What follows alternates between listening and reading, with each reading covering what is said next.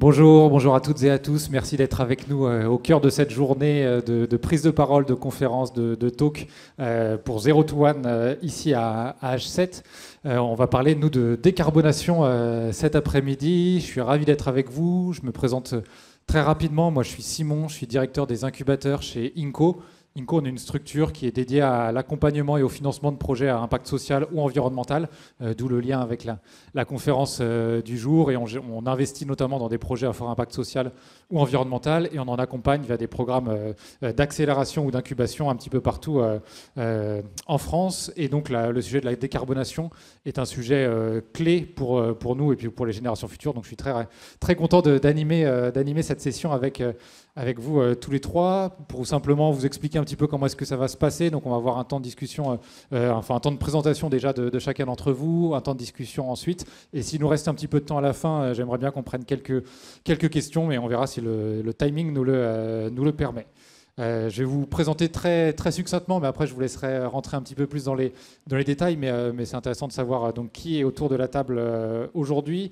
Merci encore à tous les trois de vous être rendus disponibles pour cette session. Donc Jérémy, je commence par toi. Donc toi, tu as fait plutôt une carrière, on va dire, dans des grands groupes, si je ne me trompe pas, Veolia, EY, Capgemini. Et c'est quand tu étais en poste chez Capgemini, notamment Capgemini Ventures, que tu as décidé de créer Soft. Tu nous en diras un petit peu plus tout à l'heure. Mais toi, notamment, tu as un enjeu de décarbonation des métiers de l'IT.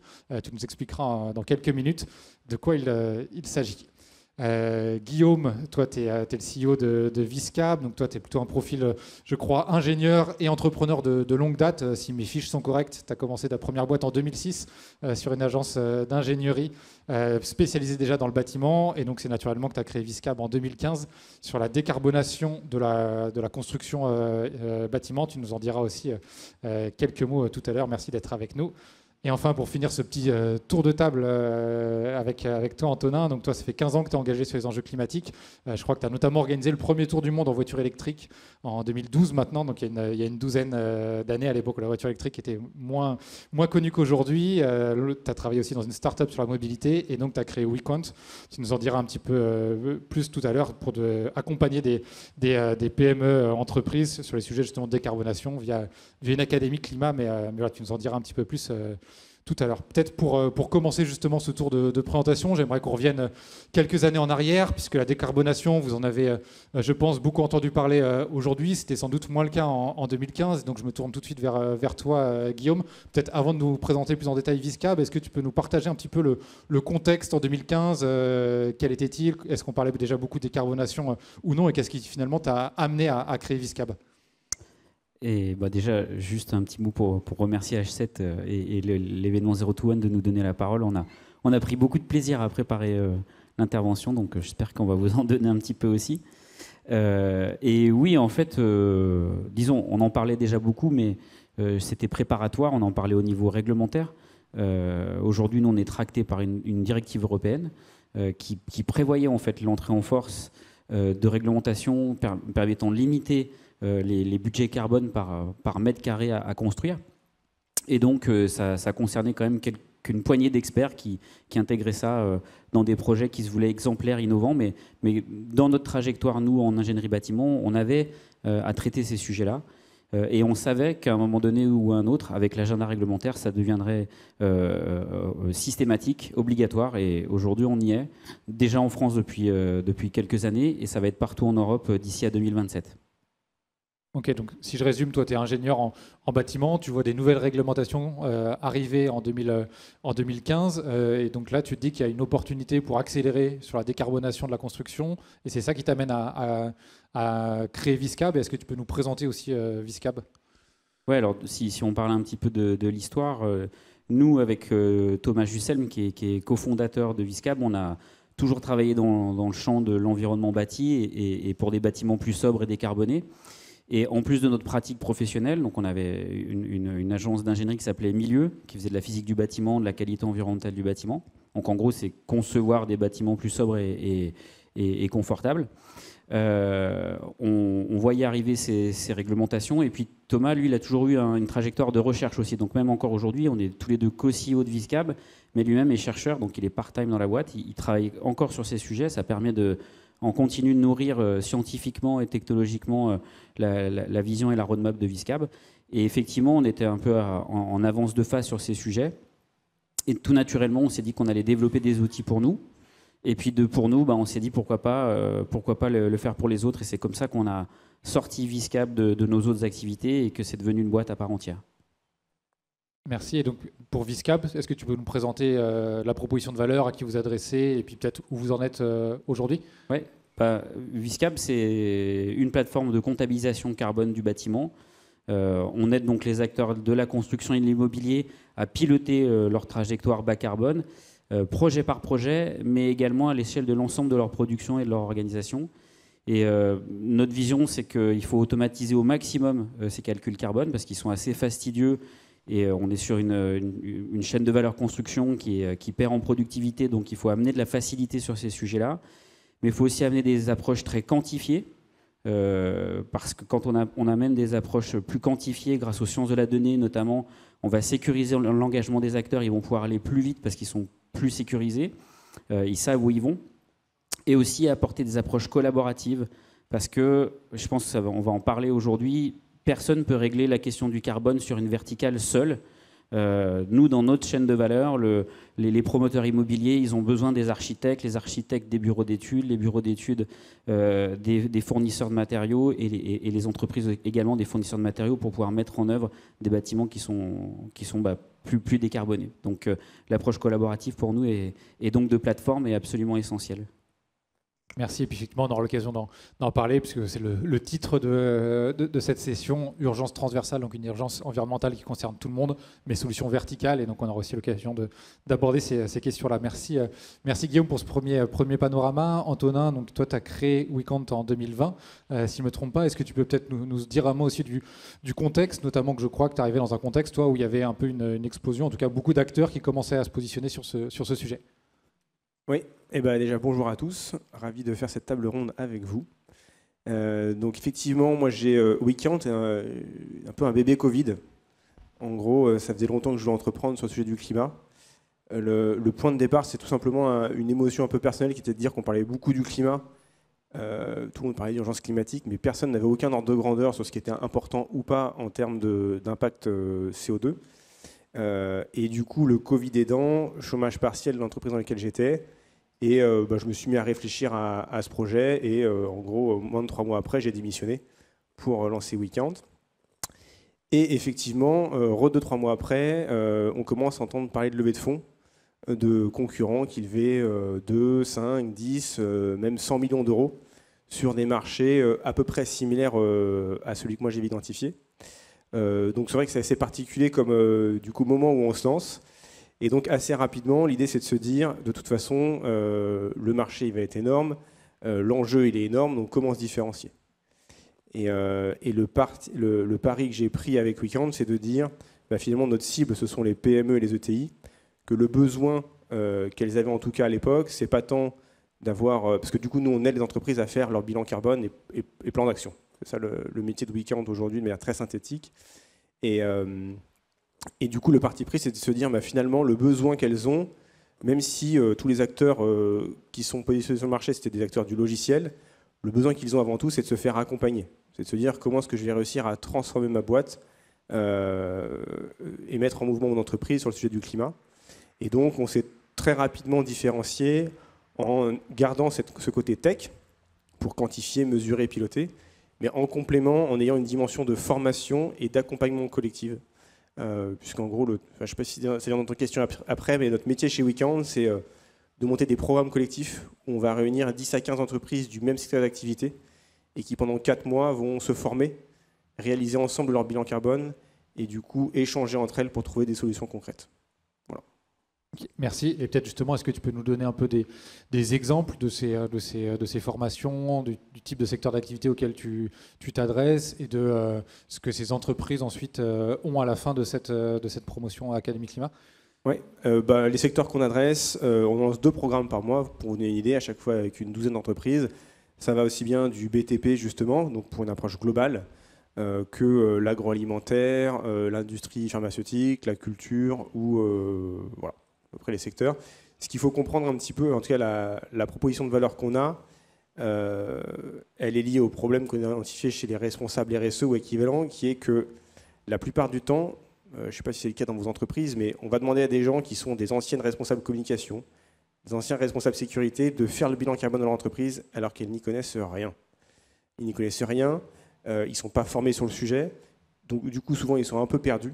Et donc c'est pour ça que notre proposition de valeur, c'est de dire on vous accompagne et surtout on va le faire de manière collective pour que vous puissiez échanger avec des pairs qui ont les mêmes problématiques que vous. Et déjà ça apporte beaucoup de valeur.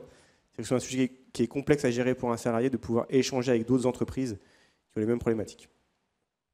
Merci beaucoup Antonin. Et enfin, donc toi Jérémy, tu as créé Soft en 2021.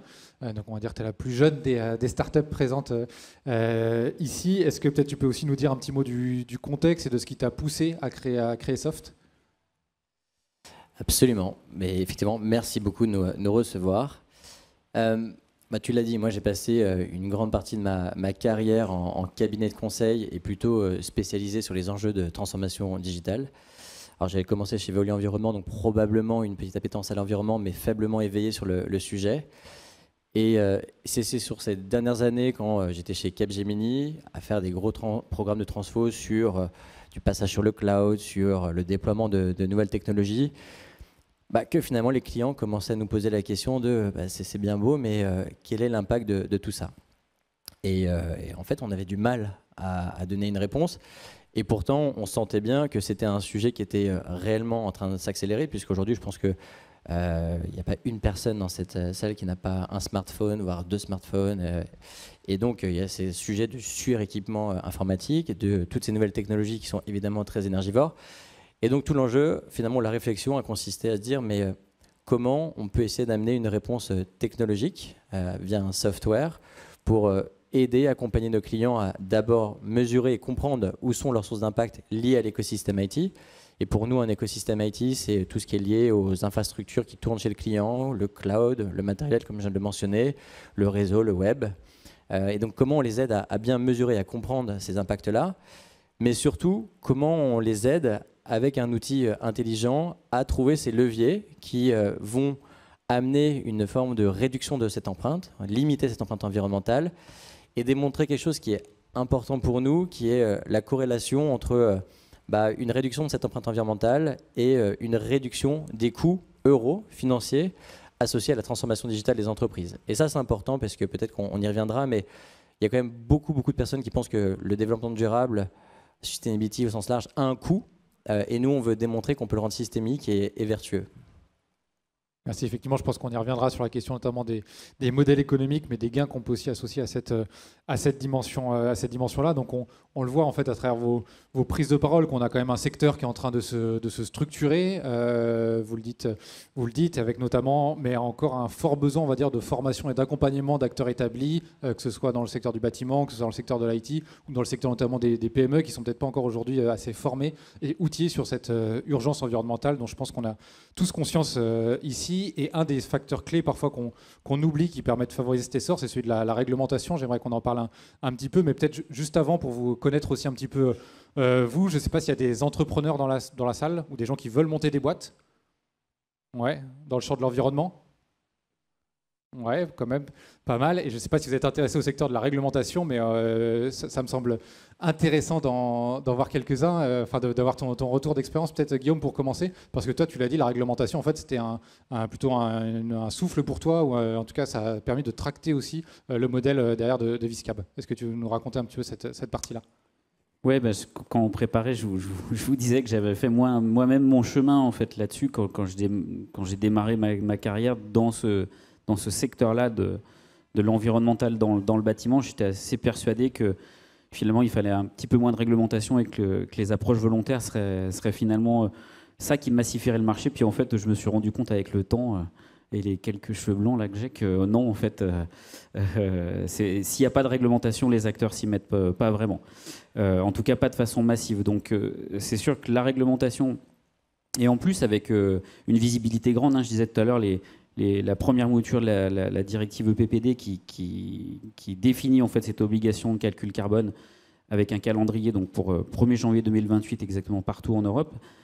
la première mouture, c'est 2016. Donc, vous voyez, il laisse le temps quand même, le législateur, à ce qu'on s'adapte. Et en fait, il se trouve qu'en France, l'État français a anticipé. Donc, aujourd'hui, la France fait partie des premiers pays à avoir installé ça à l'échelle européenne et au niveau mondial. Et on est le pays qui l'a vraiment massifié. Donc, aujourd'hui, si vous voulez obtenir l'autorisation de construire d'un immeuble, d'un mètre carré, que ce soit une maison individuelle ou logement collectif, vous devez faire ce calcul carbone et démontrer que vous serez au-dessous des budgets qui vous sont alloués. Et chose aussi assez intéressante à partager avec l'auditoire, là, avec vous tous, c'est que on a donné de la visibilité. C'est-à-dire que les seuils sont fixés actuellement depuis 2022, mais aussi pour 2025, 2028, 2031. Donc c'est intéressant parce que ça permet que toute une filière puissent s'engager. Je vous ai juste précédemment, à un moment donné, les promoteurs immobiliers, ils ont besoin de savoir comment est-ce qu'ils vont faire et ils ont besoin de discuter avec les industriels qui, eux, vont faire évoluer leur process, leur chaîne de production pour qu'on soit dans les temps de passage, parce que tous les 3 ans, ça va diminuer de 15%. C'est énorme. C'est un petit peu comme si on vous disait, tous les 3 ans, tu vas devoir te débrouiller avec 15% de salaire en moins. Et tu devras toujours réussir à la fin à boucler ton budget du mois. Ben là, c'est la même chose, mais avec le carbone. Donc c'est un enjeu qui est fort, et c'est pour ça qu'il faut emmener toute une filière en lui donnant de la visibilité. Est-ce que de ton côté, Jérémy, aussi, tu vois un peu ce soutien, en tout cas de la réglementation, une réglementation, on va dire, favorable pour le développement de ton activité, qui permet d'accélérer la décarbonation? Ouais. Sur notre sujet, elle est balbutiante. Je pense que toi, on peut citer une loi en France qui est sortie en 2021 qui s'appelle la loi Rennes et qui concerne essentiellement les telcos et le secteur public. Et du coup, tu vois, le sujet, c'est si on doit attendre que la réglementation soit en place, coercitive, tu vois, si tu ne fais pas, on te tape dessus et c'est ce qui va t'obliger à bouger. On pense que ce n'était pas forcément la bonne façon de prendre le sujet, même si évidemment ça reste un driver essentiel pour le développement. Et tu vois, je pense que sur notre sujet, il y en a beaucoup, enfin il y a certaines industries, je prends l'industrie automobile, ou même l'industrie du bâtiment, où l'IT, le numérique, va représenter moins de 1% du bilan carbone de ces industries-là. Et donc tu es obligé de te poser la question de finalement comment tu viens générer de la valeur, comment tu fais comprendre que quand bien même ça ne pèse qu'1% de ton bilan carbone, c'est un sujet que tu dois travailler. Et tu peux te dire que oui, tu mises beaucoup sur l'appétence environnementale ou la sensibilité environnementale du DSI, mais en fait tu te rends compte qu'il y a d'autres sujets ou d'autres leviers à aller chercher. Je vais juste te donner un exemple assez concret. Tu as le PDG de Renault. Donc Renault, hein, une industrie où évidemment l'IT pèse pas grand-chose, moins d'1% en l'occurrence, fait une lettre à l'Europe là en mars et te dit que 40% du coût de fabrication d'une voiture, c'est l'IT. C'est-à-dire que tout l'IoT, donc tous les objets connectés, le volume de données, les softwares qui sont développés, le véhicule autonome, à tout ça, ça a une base numérique, technologique. Et ça représente 40% du coût de revient de sa voiture. Donc quand bien même ça ne pèse que 1% du bilan carbone, tu as un sujet de compétitivité, de rentabilité pour ces entreprises-là. Et toi, c'est un nouvel angle que tu peux complètement mettre sur la table parce que derrière, il y a une dimension économique. Merci, on y reviendra peut-être effectivement sur comment est-ce qu'on accompagne ces acteurs aussi dans la décarbonation de leur activité. Donc, comme le titre nous invite à faire, moi j'essaye de comprendre un petit peu comment est-ce qu'on peut faire pour accélérer cette décarbonation. Donc là on a parlé de réglementation, j'aimerais aussi voir comment est-ce qu'on peut faire pour faire émerger des secteurs, notamment des startups sur cette thématique, des startups durables. On parle aujourd'hui de 0 to 1, mais le but pour des entrepreneurs c'est aussi de passer ensuite de 1 to 2, 1 to 3 et jusqu'à, vous nous direz jusqu'à où. Et donc j'ai envie de vous questionner aussi sur la partie plus modèle économique aujourd'hui de vos structures. Comment est-ce qu'on fait pour créer une start-up qui ait un modèle économique pérenne dans ce champ de la décarbonation et puis pour valoriser, là où, comme tu le disais tout à l'heure, Jérémy, c'est parfois vu uniquement sous l'angle des coûts, cet aspect environnemental. Donc, je ne sais pas si, Antonin, peut-être tu veux nous partager, toi, comment est-ce que tu as pensé aujourd'hui le modèle économique de WeCount?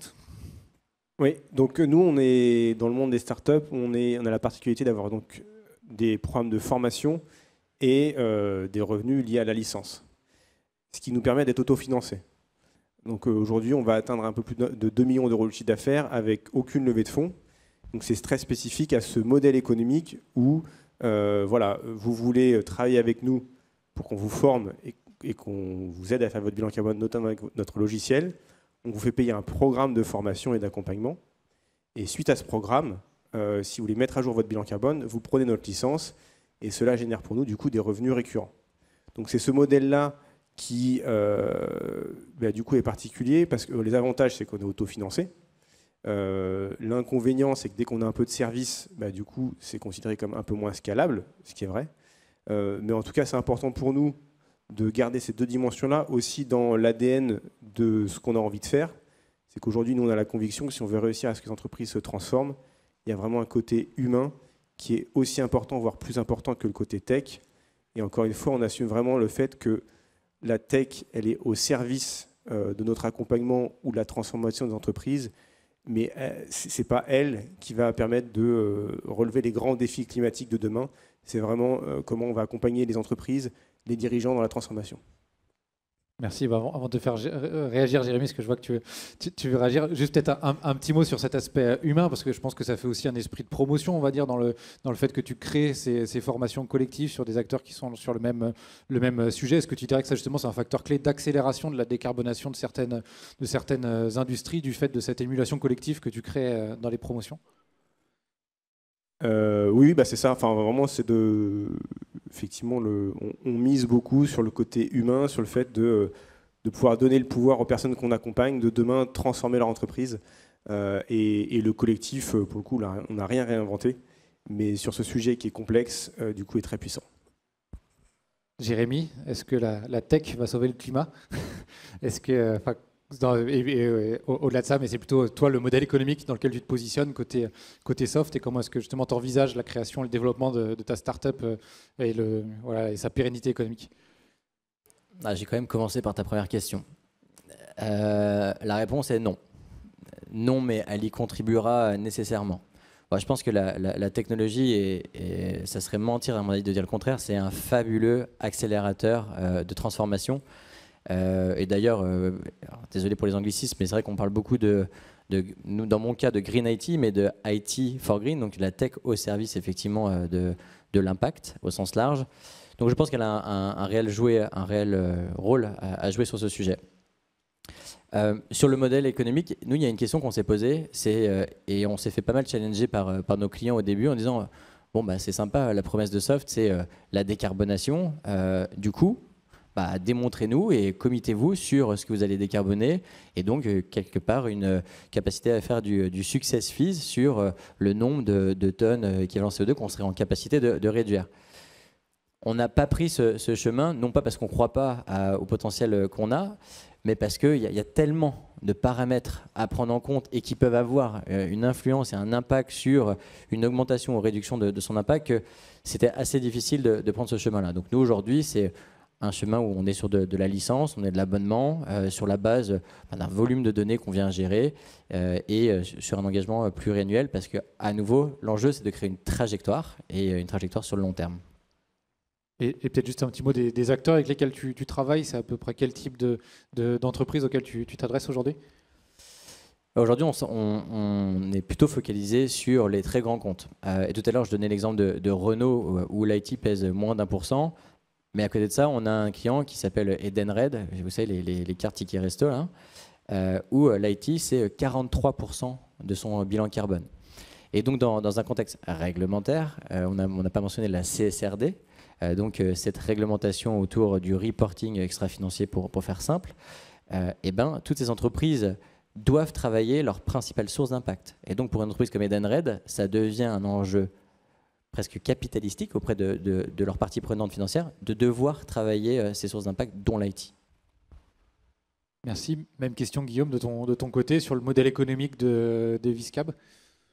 Oui, donc nous, c'est un modèle économique SaaS, d'abonnement à la plateforme, qu'on va tailler en fonction de la production, de la taille de l'entreprise, pour avoir des prix qui soient accessibles aux indépendants, parce que nous, on a sur notre secteur beaucoup de petites entreprises, mais aussi faire payer ceux qui sont plus gros plus justement. Et puis, en fait, je voulais aussi réagir par rapport à ce que disait Antonin. Ce que viennent chercher nos clients et la valeur qu'on peut aussi amener, c'est développer la compétence des collaborateurs. Ça, c'est vraiment quelque chose qui revient de façon assez récurrente. C'est de dire, oui, finalement, on peut automatiser, j'en parlais tout à l'heure, Mais ce que tu vas automatiser, c'est la collecte et le traitement d'informations, parce que ça, c'est plutôt ennuyeux. Et ça va permettre quoi? Ça va permettre de mettre des outils dans les mains des opérationnels qui font qu'ils sont sur les processus de réflexion et de prise de décision.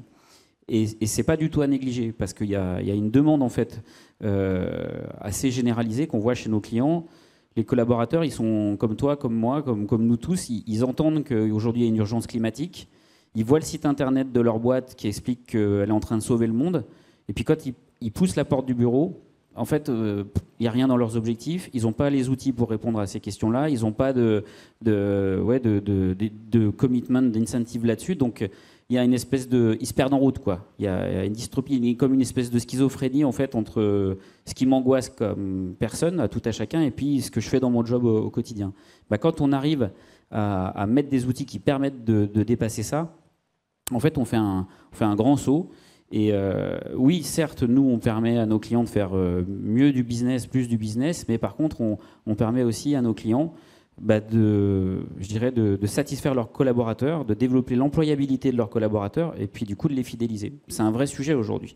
Dans la construction, dans l'immobilier, comme dans plein de secteurs, attirer les talents et les garder, c'est un vrai sujet. Donc on participe aussi de ça. Et tu as commencé un petit peu à l'évoquer, donc je pense que tout le monde aujourd'hui, et je pense que vous ne me contredirait pas dans la salle, est conscience de l'urgence climatique et de la décarbonation nécessaire de l'activité. Mais pourtant, ça prend du temps et on voit qu'il y a encore un certain nombre de freins, de résistance. Peut-être est-ce que vous, dans le cadre de vos activités, vous auriez justement vous avez identifié ces freins, ces poches de résistance, et pourquoi est-ce qu'on ne va pas plus vite sur cet aspect décarbonation? Je ne sais pas si tu veux enchaîner, Guillaume, sur cette partie-là. On en parlait tout à l'heure avec une personne sur la question de l'économie. Nous, nos clients, ils nous posent deux questions. C'est OK, moi, j'ai envie de décarboner. Si tu demandes à 10 personnes dans notre secteur s'ils veulent faire des bâtiments plus décarbonés, 10 personnes lèvent la main, a priori. Mais les deux questions qu'ils nous posent, c'est comment je fais? C'est quoi les ordres de grandeur? Quels sont les leviers? Et deuxièmement, c'est combien ça va me coûter? Parce que nous, on est une industrie, gros volume, faible marge. Les entreprises de construction, elles font des marges entre 4 et 6 points. Quand tu as une nouvelle réglementation qui arrive, pour elles, c'est la catastrophe. Parce que ça va venir éroder leurs marges et elles n'ont pas les marges du prêt-à-porter, quoi. Donc, elles sont vraiment très mises sous pression, très stressées. Donc, un des leviers qui est intéressant, c'est de connecter à la donnée carbone, à la donnée de performance environnementale, la donnée en euros. Et là, tout de suite, tu vois que les gens, ils sont ravis de venir dans l'appli parce qu'ils vont voir une donnée en euros et ça, c'est quelque chose qui les intéresse. Donc, mon message, c'est finalement, enfin là, en tout cas, je parle pour nous, c'est si tu veux que les gens ils passent plus de temps dans l'appli, il faut quand même que tu arrives à leur montrer qu'ils vont économiser ou gagner de l'argent, quoi. Ça va être le premier niveau. Et puis, si je décline ça, c'est de dire... Qu'est-ce que tu apportes, toi, en tant que solution? Parce que dès qu'il y a une opportunité, tout à l'heure, on disait il y a un ramp-up réglementaire, donc évidemment, ça attise les appétits de très gros acteurs, parfois déjà en place, etc. Soit tu amènes la façon la plus efficace, cheap, de répondre tout juste à la réglementation, et là, éventuellement, tu vas faire à la place des autres. Il y a plein de plateformes qui font ça. Mais si, par contre, tu veux développer la compétitivité carbone de tes clients, là, il faut que tu amènes plus de valeur, il faut que tu les embarques, il faut qu'il y ait du service. Et derrière, ils vont passer un saut et ils vont devenir plus compétitifs sur ces sujets, ils vont en faire un axe de compétitivité. Ça, c'est des choix. Bon, moi, j'ai choisi, moi, mais... Et toi, Jérémy, est-ce que tu vas passer les mêmes tendances, ou sinon, c'est quoi un petit peu les freins que tu identifies pour décarboner le secteur, notamment de l'IT? Je pense que ça rejoint un peu ce que tu dis, mais peut-être avec une perspective un chouïa différente. Je dirais qu'il y a un sujet de gouvernance, tu vois, ou d'état d'esprit des entreprises. C'est-à-dire que si au niveau le plus haut de l'entreprise, tu n'as pas une réelle volonté de faire des changements profonds sur ta manière de gérer tes opérations, que ce soit sur du bâtiment, que ce soit sur l'outil, de l'IT, des RH, peu importe, probablement que ton impact il sera très limité. Et le côté, on a individuellement des personnes très engagées qui veulent toutes faire évoluer les choses, ne suffira pas pour aller convaincre le top management. Donc je pense qu'il y a un enjeu aujourd'hui de gouvernance, en tout cas pour le segment qu'on adresse, qui est plutôt les grands comptes, parce que c'est très difficile de faire bouger les lignes autrement. Et peut-être toi, Antonin, qui adresse un type d'entreprise un peu différente, est-ce que c'est les mêmes freins ou les mêmes questions qu'on te pose? Ouais, moi j'aime beaucoup la métaphore de Guillaume là sur le site web où tout est en vert maintenant. Il y a des super ambitions qui sont affichées. Souvent c'est facile, c'est dans 15 ans, dans 20 ans, comme ça de toute façon ceux qui prennent ces engagements ils seront pas là. Je pense qu'il faut se rappeler qu'on est dans un monde capitaliste aujourd'hui et qu'une entreprise, l'entreprise est faite pour être rentable et que souvent les actionnaires qui lui demandent de l'argent. Donc il faut bien se rappeler de ça quand on voit justement tous ces sites web en vert. Et du coup, pour moi, il y a deux solutions. C'est assez simple, c'est assez classique. C'est effectivement de la réglementation, ou je dirais même des taxes. Donc faire payer quand on va émettre du CO2. Et ça, c'est pas simple, mais pour moi, c'est le principal levier. Et il faut réussir à le faire à l'échelle française, européenne, internationale. Ça, c'est le premier levier le plus important. Et puis le deuxième, c'est effectivement donner envie.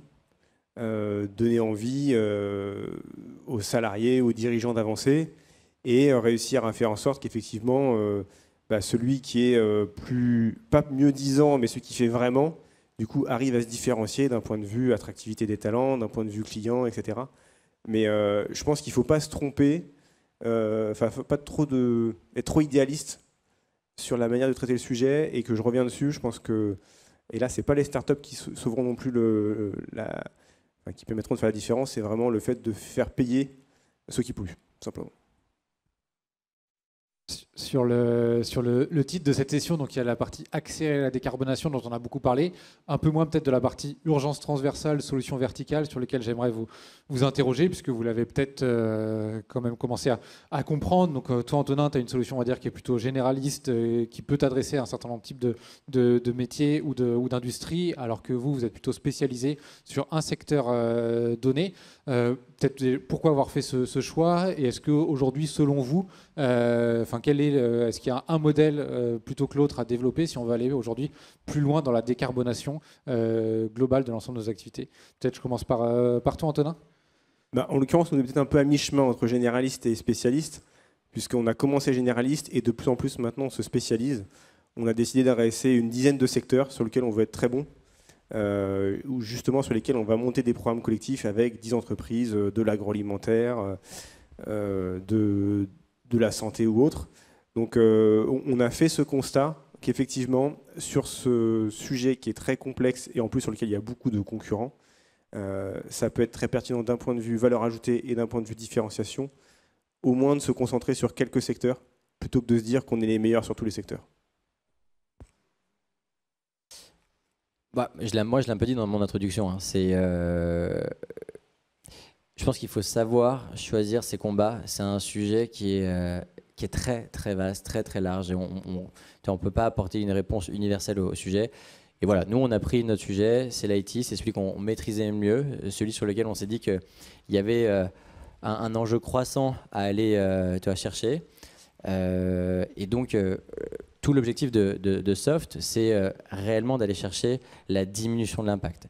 Et je pense que la notion de verticalité, elle est importante parce que cette diminution-là, et en fait, je pense que je pourrais en parler compte tenu ton passé, c'est-à-dire que ça vient avec des connaissances métiers, ça vient avec des connaissances sectorielles qui sont fines pour comprendre si demain je dois optimiser l'utilisation de mes services cloud ou d'une infrastructure, si je ne comprends pas ce qui tourne derrière en termes de services, de technologie, les enjeux de sécurité qu'il y a derrière, de performance, tu as zéro impact.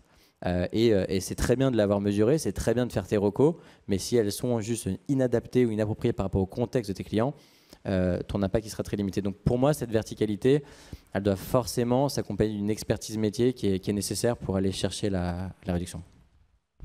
Et Guillaume, et puis après j'aurai une deuxième question sur cette partie-là, mais Guillaume, est-ce que toi, tu es aussi spécialisé sur une verticale métier qui est celui du bâtiment, de la construction. Pourquoi ce choix? Et est-ce que tu penses que c'est, de la même manière que Jérémy, on va dire, la manière d'accompagner le plus possible tes clients sur la décarbonation de leur activité? Oui, en fait, il m'a mis sur une rampe de lancement. C'est sûr que y a des solutions qui sont généralistes. Elles vont te permettre de débroussailler, de sensibiliser. Mais derrière, une fois que tu vas vouloir vraiment passer à maintenant c'est quoi ma trajectoire, c'est quoi mon plan d'action et comment je le déploie en fonction des tailles d'entreprise, tu vas avoir besoin de solutions qui sont plus granulaires, qui sont plus fines. Donc c'est là où nous on va intervenir. Donc je crois que c'est plutôt une relation symbiotique entre ce qui peut être de l'ordre de l'état des lieux, du diagnostic, de la montée en compétences et le fait de fédérer les énergies au bon moment, au bon endroit, dans des boîtes. Et puis ensuite, derrière, d'avoir des outils, c'est de l'IT, mais je dirais, enfin, ou des solutions, c'est de l'IT, mais c'est aussi encore de l'accompagnement. Nous, on fait beaucoup de setup, on suit dans le temps nos clients parce que c'est des sujets qui sont très nouveaux, très angoissants pour eux. Et donc même quand on leur a appris à se servir des outils qui sont vraiment formés et on pense qu'ils sont rassurés, en fait, ils nous appellent quand même en nous disant voilà, j'ai fait un truc, mais est-ce que tu peux venir regarder parce que je passe en comité d'engagement. La construction, c'est des histoires de gros sous. Chaque mètre carré, ça va coûter à peu près 2500 €. Donc c'est tout de suite des millions. On veut pas se planter. Et en plus, c'est des projets qui durent longtemps. C'est-à-dire qu'un projet qu'on étudie aujourd'hui, juin 2024, probablement qu'il va sortir de terre et être livré entre 2026 et 2028. Et comme on a des trajectoires pour arriver à la neutralité carbone en 2050 qui sont, enfin c'est pas une baisse, c'est un mur quoi. En fait, ils ont besoin de savoir ce qu'ils vont produire en termes de bilan carbone sur 2027-2028 et d'être plutôt sécurisés là-dessus. Donc et il y a besoin d'accompagnement et si on veut accompagner correctement, effectivement, il faut avoir une expertise. Chez nous, il y a plus d'une dizaine de personnes qui sont des experts du bâtiment, donc ils savent de quoi ils parlent. Et ça, c'est une vraie force par rapport à, je pense, à d'autres acteurs, de confrères et concurrents qui ont plein de forces aussi et d'avantages, mais qui connaissent moins en fait de notre secteur. Nous, on se positionne comme un leader parce qu'on a cette expertise-là. Et de ce que je comprends, c'est qu'il y a peut-être aussi une typologie de clients, en fait, avec des clients où vous vous adressez aussi à des entreprises plus importantes, de taille plus importante, donc ont peut-être aussi plus de moyens pour investir dans la décarbonation d'une verticale métier, là où toi, tu t'adresses aussi à des entreprises peut-être un peu plus petites et qui n'ont peut-être pas forcément aussi la même capacité ensuite à mener des plans d'action de décarbonation de chaque verticale métier au sein de sa propre entreprise. En gros, des plus petits clients vont peut-être aussi plus s'adresser à des entreprises plus généralistes. Pardon, je ne sais pas si c'est vraiment une question de taille plus que de séquence. En fait, à un moment, tu as besoin d'être acculturé au sujet, tu as besoin de comprendre de quoi on parle. C'est l'acculturation, l'éveil aux enjeux. Et ce qui est top, tu vois, alors je vais parler pour toi, mais je vais te faire un peu la promo de Weekend 15 secondes, mais le fait d'avoir travaillé des promotions, tu vois, avec des problématiques qui sont communes à certains secteurs, c'est une forme de verticalisation. Tu vois, de se dire, en fait, on échange entre pairs, on comprend, on a un tronc commun à travailler, mais on a des problématiques qui sont peut-être spécifiques à notre secteur. Alors évidemment, tu en parleras beaucoup mieux que moi, mais je pense que cette première étape de maturité pour comprendre les enjeux qui sont ou communs ou spécifiques, c'est la première étape avant d'aller chercher après la décarbonation. Petit, moyen ou grande entreprise. Complètement d'accord.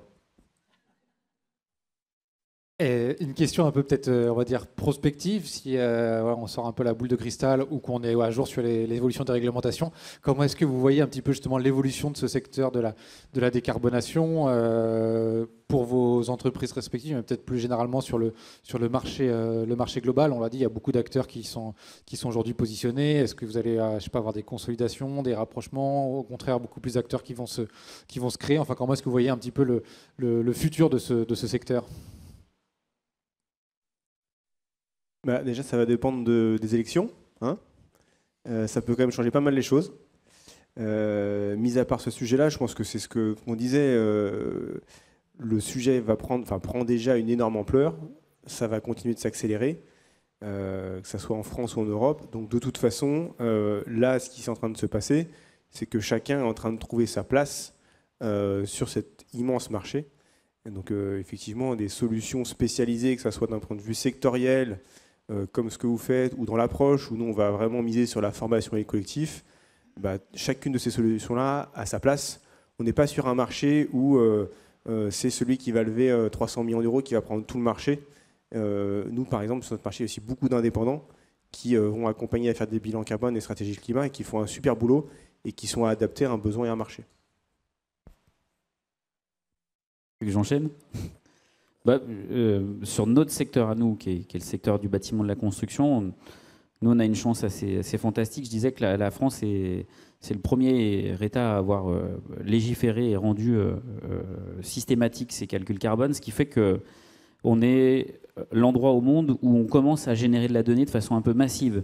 Et c'est là où on peut commencer derrière à pouvoir entraîner des modèles de prédiction qui sont puissants. Et ce que ça offre comme opportunité, alors pour nous, Viscab, mais aussi pour toute une chaîne de valeur, c'est qu'on développe nous-mêmes notre compétitivité avant les autres et on voit les besoins qui petit à petit apparaissent en France, mais qui vont apparaître dans 2 ou 3 ans dans les autres pays. Donc ça nous permet d'avoir de l'avance, on est un peu dans le futur, de creuser notre marché domestique parce que voilà, aujourd'hui c'est là où on fait notre business, mais ensuite de pouvoir se positionner de façon gagnante dans tous les pays où ça va rentrer en force.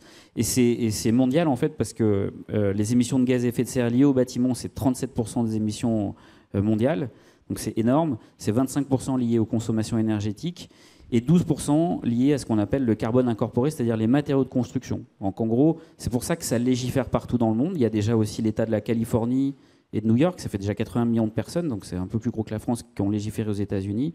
Ça arrive un petit peu de partout, parce que tout le monde voit bien que les matériaux de construction, c'est un gros poids. Donc il y a bien sûr le chantier de la réhabilitation, on sait ça c'est rénover énergétiquement, adapter au climat tout ce qui est existant. Mais on renouvelle à peu près 1% du parc bâti tous les ans. Donc en 2050, 30% de ce qui sera construit, il n'est pas encore sorti de terre. Donc il faut aussi travailler sur le neuf. Donc oui, on voit que c'est inéluctable. Mais nous, on a à cœur de proposer des solutions qui permettent vraiment aux acteurs de réussir ce virage du bâtiment bas carbone, quoi, de ne pas rester complètement sclérosé, mais de se dire, OK, je vais me saisir de ça et je vais pouvoir piloter moi-même la trajectoire bas carbone de mon entreprise et de mes projets. Peut-être un rapide dernier mot. Je crois que c'est l'un de vous deux qui l'a évoqué, mais tu vois, seul, à la question de la consolidation, on ne fera pas bouger les lignes. Et nous, on joue dans une cour où en face de nous, on a des Microsoft, on a des Amazon, des mastodontes de la tech. Et si on n'arrive pas à embarquer ces acteurs-là à nos côtés pour leur faire prendre conscience à un moment qu'ils doivent ramener de la transparence, qu'ils ont leur part de responsabilité sur les contrats d'engagement cloud qu'ils donnent à leurs grandes entreprises, enfin leurs clients, on n'arrivera pas à faire bouger les lignes. Donc ce sujet d'un play écosystémique, il est fondamental et donc c'est pas forcément de la consolidation plus qu'une chaîne de valeur un peu maîtrisée et synchronisée avec un même objectif. Merci. Et puis peut-être pour conclure, un petit dernier mot. Donc on a vu qu'il y avait quand même plusieurs entrepreneurs ou futurs entrepreneurs dans la salle aujourd'hui. Est-ce que vous auriez un conseil un peu clé à donner pour des gens qui veulent entreprendre en faveur de la décarbonation ? Le meilleur, moi le seul conseil que je peux donner, c'est oser. Oser. Si je vous parle juste 15 secondes de ma situation, j'étais dans une situation où je gagnais très très très bien ma vie. J'avais 3 crédits sur le dos, j'avais 2 enfants, j'en ai 3 maintenant. Et voilà, et j'ai passé le pas parce que le sujet me bottait, parce que conviction perso, même si je suis pas un ayatollah du sujet, une réelle conviction perso. Et voilà, faut y aller, oser, aller chercher vos ambitions. Je suis plutôt aligné. Effectivement, moi j'ai l'impression qu'il y a 2 types d'entrepreneurs. Il y a ceux qui réfléchissent vraiment, qui arrivent, ils sont très bons à prendre 6-12 mois pour scanner tout le marché, se dire c'est quoi la bonne solution, le bon market fit, etc. Puis ensuite déployer tout un process. Moi je fonctionne plutôt à l'intuition, donc il faut savoir un peu sur quel type d'entrepreneur vous êtes. Moi comme je vous disais, ça a pris 3 mois à peu près avant que je démissionne. J'étais tout seul. J'ai eu la chance de rencontrer Marine, qui est mon associée maintenant, et ça a fait une très grosse différence. Donc je fais le lien avec aussi l'équipe. C'est pareil, tous les entrepreneurs vous racontent ça. Mais voilà, nous, on est un peu plus d'une vingtaine aujourd'hui. Et moi, c'est ce dont je suis le plus fier, c'est l'équipe. Et je sais très bien qu'avec une équipe différente, on n'aurait jamais réussi à faire ce qu'on fait aujourd'hui. Donc n'oubliez pas ce sujet dont on vous parle tout le temps, mais parce que c'est le plus important. Voilà. Du coup, ça me permet de faire un petit coucou à Marine, parce que Marine, c'est notre ancienne CTO chez Viscab, avant de s'être lancée dans l'entrepreneuriat avec toi et Weekend. Donc, en fait, on est fiers aussi. Et du coup, je dirais, une fois que vous avez osé, persévérer, mais prenez soin de vous et prenez soin de vos gens aussi, parce que quand ça tangue, en fait, si vous avez pris soin de vous et de vos gens, vous aurez l'énergie en vous-même et puis aussi autour de vous pour passer les creux. Donc, ouais, voilà. Osez, persévérer, prenez soin, ça marche. Merci beaucoup à tous les trois. On a encore 1 minute, si quelqu'un a une question. Oui.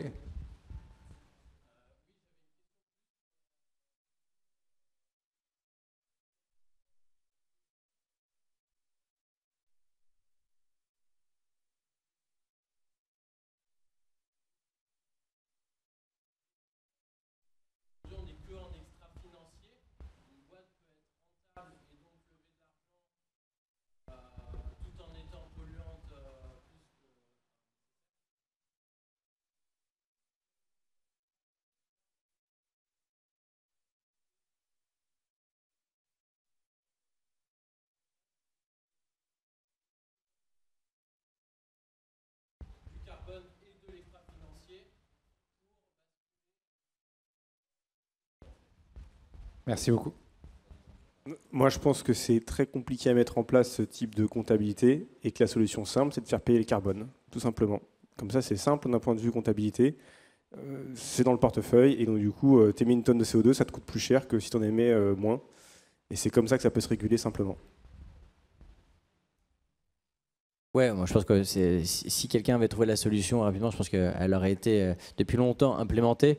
Donc très complexe comme question. Moi je pense que voilà, on parlait de la CSRD tout à l'heure, qui est effectivement, tu vois, une directive qui un peu, moi l'analogie que je fais, c'est la RGPD, vous savez, la directive sur la donnée, la confidentialité des données. Voilà. Si on contraint les entreprises justement sur cette typologie de reporting et les obliger à travailler une trajectoire, avec peut-être des taxes associées, c'est une bonne façon aussi de les embarquer vers un schéma plus vertueux. Ouais, je voulais juste compléter ton mot sur le carbone. On sait aussi qu'il y a des logiques sur la biodiversité. Nous, on commence à voir nos clients, quand on raisonne en cycle de vie, en fait, on a tous les indicateurs environnementaux, on a sur le carbone, parce qu'on utilise des bases de données, il y a 27 indicateurs, et plus en plus, ça commence à arriver. Donc, il y a aussi ce sujet-là.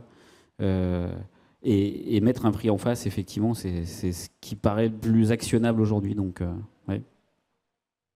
Merci beaucoup à tous les trois. Merci à vous tous. Merci. On arrive au bout du temps imparti. Merci.